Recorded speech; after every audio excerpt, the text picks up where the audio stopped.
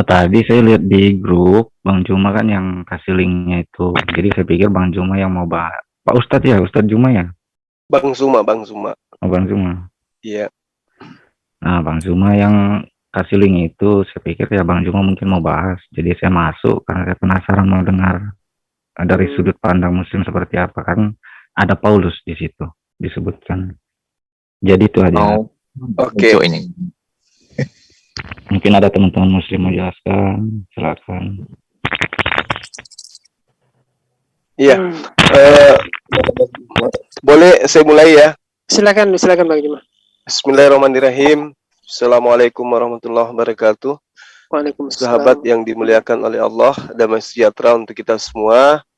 Sebagai anak bangsa, kita memiliki masing-masing agama yang kita pegang teguh, dan kemudian kita yakini agama kita adalah yang terbaik untuk kita, untuk kehidupan kita di dunia dan juga kehidupan kita kelak di masa yang akan datang. Nah, di Al-Quran kami umat Islam memahami baginda Rasulullah Muhammad SAW, misi kedatangannya itu adalah menyeru kepada seluruh manusia. Diterangkan di dalam Al-Quran surah An-Nisa ayat pertama, menyeru kepada manusia untuk kemudian melaksanakan segala perintah Tuhan dan menjauhi segala larangan Tuhan. Ya ayuhan nas, taqu rabbakumul ladzi khalaqakum min nafsin wahidah. Wahai manusia, bertakwalah kepada Tuhanmu yang telah menciptakan kamu dari diri yang satu. Lalu kemudian Allah mengatakan, wa khalaqa minha zawjaha wa batha minhuma rijalan katsira wan nisa. Dan Allah menciptakan pasangannya, yaitu pasangan daripada manusia pertama yang dicipta dari dirinya sendiri, dan dari keduanya Allah memperkembangbiakkan laki-laki dan perempuan. Lalu di ayat ini perintahnya, bertakwalah kamu, wattaqullah lati tasa'alu bihi wal arham, innallaha kana 'alaikum raqiba. Bertakwalah kepada Allah dengan kamu saling meminta, dan peliharalah hubungan kasih sayang di antara kamu. Sesungguhnya Allah selalu menjaga dan mengawasimu. Jadi kedatangan Rasulullah Muhammad SAW kemudian itu menyeru manusia untuk takut kepada Allah, bertakwa kepada Allah, yaitu dengan cara menjalankan segala perintah-perintahnya dan menjauhi semua larangan-larangannya. Lalu kemudian Al-Quran juga, baginda Rasulullah Muhammad SAW juga mengajarkan kepada kami umat Islam bahwa beliau memerintahkan kepada manusia dengan mengatakan, Kul in kuntum tuhibbunallah. Ya, jika kamu mencintai Allah, fattabi'uni, maka ikutilah aku. Niscaya Allah mencintaimu dan mengampuni dosa-dosamu. Allah Maha Pengampun lagi Maha Penyayang. Jadi Rasulullah Muhammad SAW itu mengajarkan kemudian kepada seluruh manusia untuk mengikuti dirinya, yaitu menyembah hanya kepada Allah yang kami imani, pencipta langit dan bumi. Dan tidaklah kemudian kami oleh beliau diajarkan untuk menyembah kepada sesama makhluk, ya, menduakan Allah, tetapi hanya menyembah semata-mata kepada Allah Subhanahu wa taala. Sekira begitu pengantar dari saya bahwa misi daripada Rasulullah Muhammad SAW datang ke atas muka bumi ini adalah mengajarkan manusia untuk kemudian menyembahnya kepada Allah semata dan tidak menduakan Allah dengan sesuatu apapun.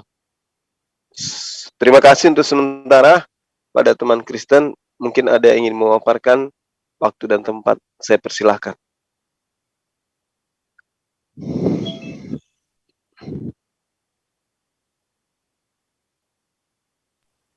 Ayo Bang, mungkin ada yang ingin menjelaskan tentang misi kerasulan Paulus itu seperti apa gitu.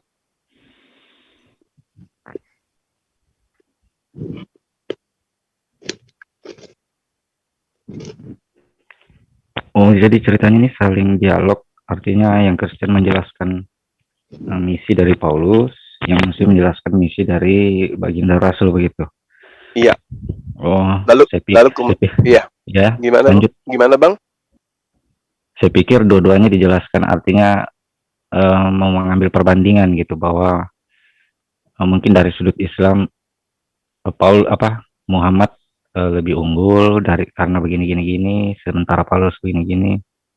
Saya pikir Kalau seperti itu. kalau saya diizinkan boleh. Nah, kalau saya pribadi izinkan Abang, karena itu yang saya mau dengar. Baik. Oke. Terima kasih sahabatku, saudaraku yang telah memberikan ruang kepada saya kemudian, karena biasanya teman Kristen itu justru nggak mau kalau saya membahas tentang Paulus. Tapi malam ini saya diberikan ruang kemudian untuk membahas tentang Paulus terkait dengan apa yang kemudian menjadi tema. Jadi kalau kita melihat bagaimana kemudian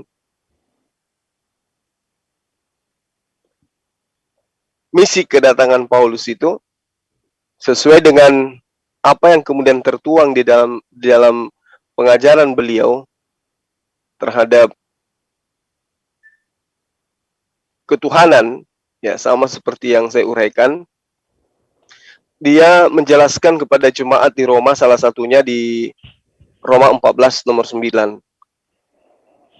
Sebab untuk itulah Kristus telah mati dan hidup kembali, supaya dia menjadi Tuhan, baik atas orang mati maupun atas orang-orang hidup. Jadi dari pesan yang disampaikan kemudian oleh Paulus ini, itu sangat jelas bahwa dengan matinya Yesus, lalu kemudian hidup kembali, itu menurut Paulus supaya Yesus ini menjadi Tuhan. Roma 14 nomor 9 itu jelas dikatakan seperti itu. Sebab untuk itulah Kristus telah mati dan hidup kembali supaya dia menjadi Tuhan, baik atas orang-orang mati maupun atas orang-orang hidup. Jadi salah satu misi Paulus itu adalah mengajarkan orang Roma supaya memahami dan mengimani bahwa Yesus yang telah mati dan bangkit itu dikarenakan proses kematian dan kebangkitannya supaya Yesus ini menjadi Tuhan. Nah, ini juga seirama dengan apa yang disampaikan oleh murid beliau, yaitu Lukas, di dalam Kisah Para Rasul 2 nomor 36. Di situ juga misinya adalah menyeru kepada kaum Israel agar orang Israel tahu bahwa Allah telah membuat Yesus yang mereka salibkan itu menjadi Tuhan dan Kristus. Jadi misi daripada Paulus ini tidak lain dan tidak bukan adalah mengajarkan orang-orang non-Yahudi, ya, atau orang Israel untuk kemudian menjadikan Yesus yang tadinya manusia itu menjadi Tuhan oleh karena pengabaran bahwa Allah telah menjadikan Yesus yang manusia itu menjadi Tuhan. Nah, ini saya tidak mengada-ngada, tetapi ini ada data, ini ada dalil, yang mana dalil ini kemudian kalau menurut saya sangat bertentangan daripada apa yang kemudian diajarkan oleh para nabi. Karena para nabi mengajarkan Tuhan itu adalah Allah yang tak terlihat, Allah yang tak nampak. Ya, meski kemudian pengajaran-pengajaran ini juga diiyakan oleh Paulus bahwa Tuhan itu tidak nampak dan tidak terlihat, tetapi dia kemudian memutar ajaran bahwa Allah yang tadi yang tidak terlihat itu karena kasihnya kepada manusia kemudian dia terlihat. Di dalam Yohanes 5 nomor 37, Bapa yang mengutus aku, dialah yang bersaksi tentang aku, kamu tidak pernah mendengar suaranya, rupanya pun tidak pernah kamu lihat. Nah, Bapa yang dimaksud di sini sudah pasti bukan Yesus. Karena Bapa tidak bisa dilihat, suaranya tidak bisa didengarkan. Kalau Yesus bukan cuma bisa dilihat, bukan cuma bisa didengar, bahkan dibunuh oleh manusia itu sendiri. Artinya Bapa yang diperkenalkan oleh Yohanes Pembaptis atau Yohanes murid Yesus itu bukanlah Yesus itu sendiri.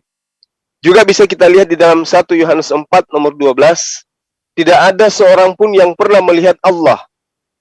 Jika kita saling mengasihi, Allah tetap di dalam kita dan kasihnya sempurna di dalam kita. Tapi Allah itu tidak bisa dilihat. Sementara Yesus ini bisa dilihat, bahkan bisa dibunuh.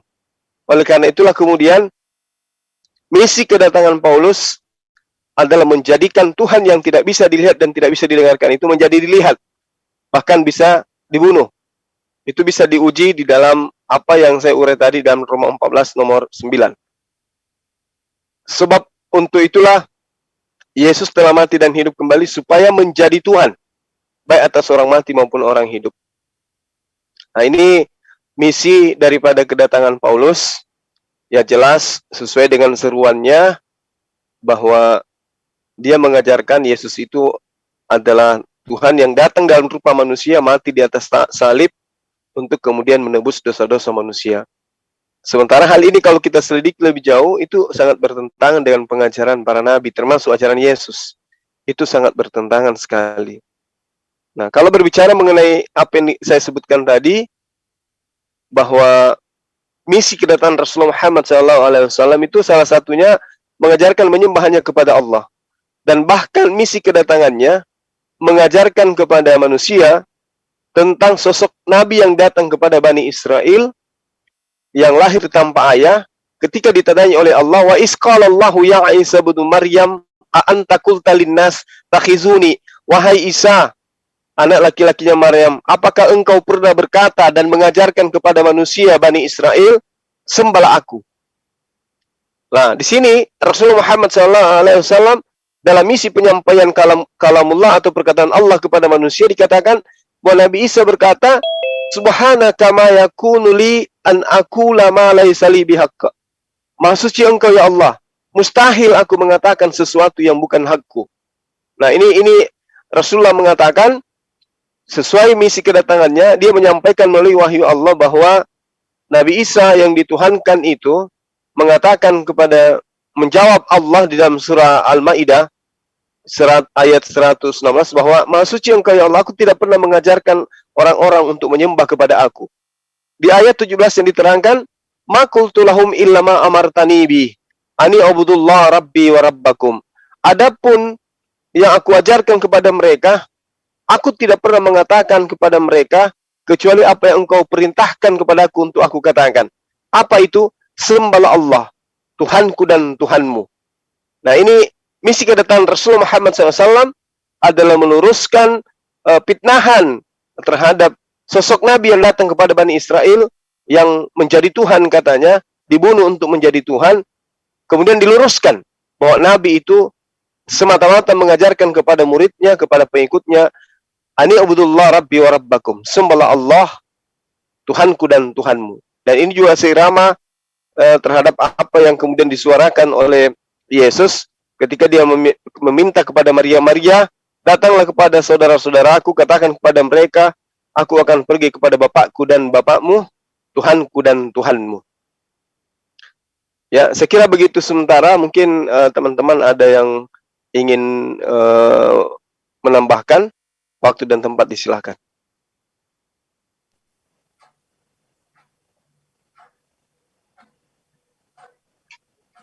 Itu patrolinya mungkin mau mempertanyakan apa gitu. Mungkin ada dari teman-teman yang muslim, siapa tahu dia mau menambahkan dulu nanti sebelum saya komentar. Boleh sedikit nanti. Silakan. Nah, ini ada yang ketika Yesus menegaskan bahwa aku datang bukan untuk meniadakan hukum Taurat, tapi untuk menggenapinya, itu kan saya maknai bahwa hukum Taurat itu sudah rusak. Makanya akan kembali diluruskan oleh Yesus kan pada saat itu. Akan digenapi gitu kan. Tapi Paulus kembali menegaskan setelah kematian Yesus bahwa dengan matinya Yesus di tiang salib berarti telah batallah hukum Taurat. Jadi Taurat yang sudah rusak dibetulkan oleh Yesus sama Paulus dibatalkan lagi gitu. Itu bukan kata saya tapi tercantum dalam itu kan. Jadi yang rusak dibetulkan ini sama Paulus dibatalkan lagi, dirusak lagi kan seolah-olah kayak gitu kan. Dengan matinya Yesus di tiang salib berarti hukum Taurat telah dibatalkan. Itu ada di Efesus 2:15 kalau nggak salah itu ayatnya. Nah, seperti itu dalam ayat itu. Jadi intinya padahal Yesus menegaskan satu iota pun dari hukum Taurat tidak akan ia rubah gitu kan sebelum bumi ini lenyap. Tapi ini bertentangan. Bumi belum lenyap hanya karena dengan kematian Yesus Paulus membatalkan lagi hukum Taurat tapi dengan mengatasnamakan Yesus yang telah membatalkan gitu. Nah, ini ada yang rancu kan dengan apa visi misi Paulus ini kan. Ya paling segitu aja, mungkin saya menambahinya dikit.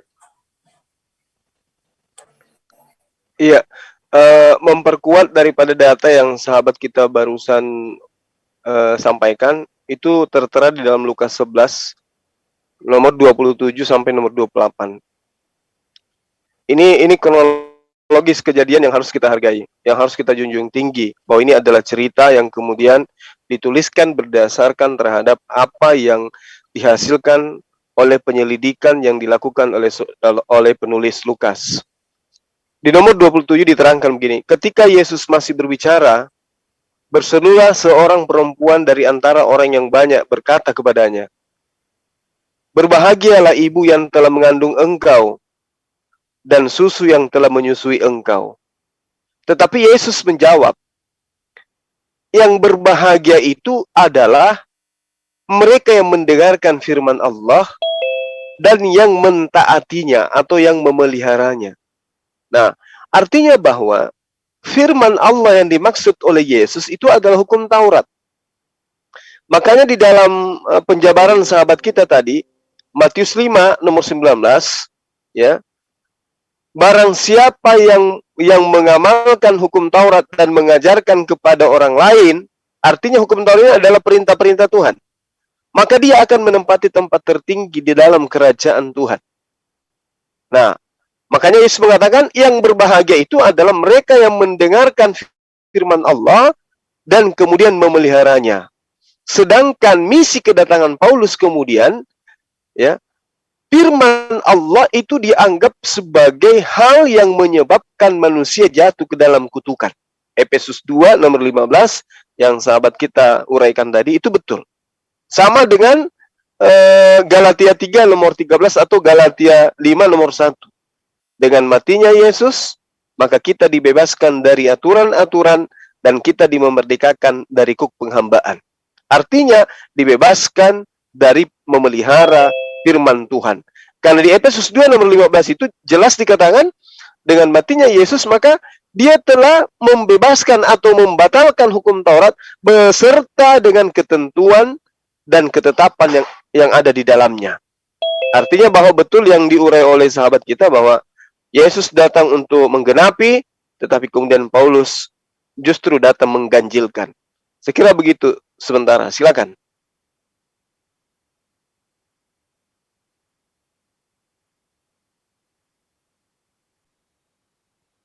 Ada teman lain yang mau menambahkan atau sekedar ingin sharing? Atau mungkin kita beri kesempatan dulu Bang Juma kepada Pak Iya. Martin. Pak Martin, Silakan. Ya, saya enggak tahu temanya ini apa nih, karena bukan dengan saya kan ini sebenarnya. Temanya apa nih sebenarnya bicaranya? temanya Tentang itu visi misi Paulus di dalam jadi jangan sepihak begitu dong. Kalau sepihak begitu kan kita jadi terdakwa Paulus jadinya. dan Nabi Jadi, Muhammad visi misi Paulus dan Nabi bicara Muhammad. Bukan sepihak, Pak. Kita kasih kesempatan dulu buat yang muslim bicara. Setelah mereka selesai bicara, kita yang Kristennya menanggapi. Kalau misal pun Iya. ada perbedaan, ya itu nanti. Jadi biarkan mereka bicara dulu, yang muslim bicara dulu, biar enak dialognya gitu. Ya silakan aja, Anda jawab aja silakan. Ya oke, kalau teman-teman muslim sudah tidak ada lagi, tapi kalau bisa Ini nanti mungkin kebanyakan Ibu nanti Uniripa, Aku dong sedikit. silakan Bu Ya. Unir. Mohon maaf ya, aku agak pilek, hidungku tersumbat, jadi suaranya agak terbata-bata. Tapi hidung masih ada. Hidung masih ada. Ini Oh, iya. gara-gara aku kemarin Alhamdulillah. ngeramal orang pakai ciri-ciri lubang hidung nih, gara-gara itu aku jadi sakit hidungku. Jadi gara-gara ngeramalin Pak Martin dari bentuk lubang hidung, aku bisa ngeramal Pak Martin. Pak, silakan. Jadi terima kasih. Izin ngomong. Izin kepada my guru, my suhu, Bang Luma, tentang Paulus ya. Kalau kita lihat gitu ya, ada hal menarik sih yang memang perlu kita telaah dari Paulus.